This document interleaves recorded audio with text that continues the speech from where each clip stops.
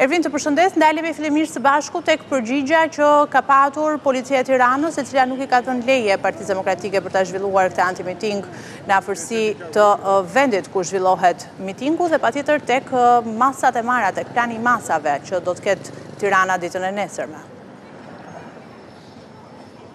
Ka qenë përgjigje pra negative dhe nga Policia e Tiranës për zhvillimin e protestës së thirrur nga ana e opozitës për mbrëmjen pasditën pra të djeshme të datës 16 maj në orën 17 të pasditës, me arsyetimin se kemi një perimetër sigurie dhe cënimi i këtij perimetri sigurie sigurisht pra cënon edhe sigurinë e mbarvajtjes së samitit të liderëve të Bashkimit Evropian dhe për këtë arsye pra ka qenë një përgjigje refuzuese duke mos i lejuar që të mblidhen tek bulevardi Zogu i Parë, por si duket protestat do të paktën sipas asaj se çka kemi mësuar mund të zhvillohet tek bulevardi i ri në krye të bulevardit të ri dhe për këto arsye pra kanë qenë që kanë shtyrë policinë që të refuzojë edhe kërkesën për bërjen e këtij mitingu të Sali Berishës apo një proteste të thirrur prej tij tek bulevardi Zogu i Parë. Ndërkohë, për sa i përket samitit, policia prej ditës së sotme, siç mund ta shikoni nga këto pamje pra në anë të policisë rrugore kanë bllokuar disa nga rrugët që të çojnë tek sheshi përballë kryeministrisë, pra sheshi dëshmorëve të Kombit, por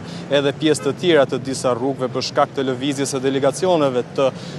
pra liderëve të Bashkimit Evropian që pritet të marrin pjesë në samit ditën e nesërme dhe në çdo itinerar që parashikohet duke arritur në Rinas apo në pika tjera kufitare bëhet një bllokim i rrugëve deri në kalimin e tyre dhe më pas akomodimin në hoteleritë e kryeqytetit dhe gjithmonë duke u shoqëruar nga një eskortë e policisë rrugore, policisë së shtetit, forcave shqiponja apo edhe forcave të tjera të policisë të cilët janë në gatishmëri të plot, pra prej 1500 efektivësh që kanë marrë instruktazhin për sa i përket mbarvajtjes së këtij eventi që pritet të zhvillohet ditën e nesërme në kryeqytet. Po ashtu në gatishmëri do të jetë shërbimi informativ i shtetit, do të jenë sektori antiterrorit në drejtorinë e përgjithshme të policisë, të cilët janë në zonat ku pritet të ketë grumbullime të këtyre krerëve të samitit, pra që pritet të marrin pjesë nesër, por edhe në aeroporte, në pika kufitare ku do të jenë të përqendruar dhe deri në mbyllje të këtij eventi do të jenë në gatishmëri të plot. Për sa i përket rrugëve të bllokuara, kryesisht pra zona që do të preket më së shumti për sa i përket bllokimit të qarkullimit të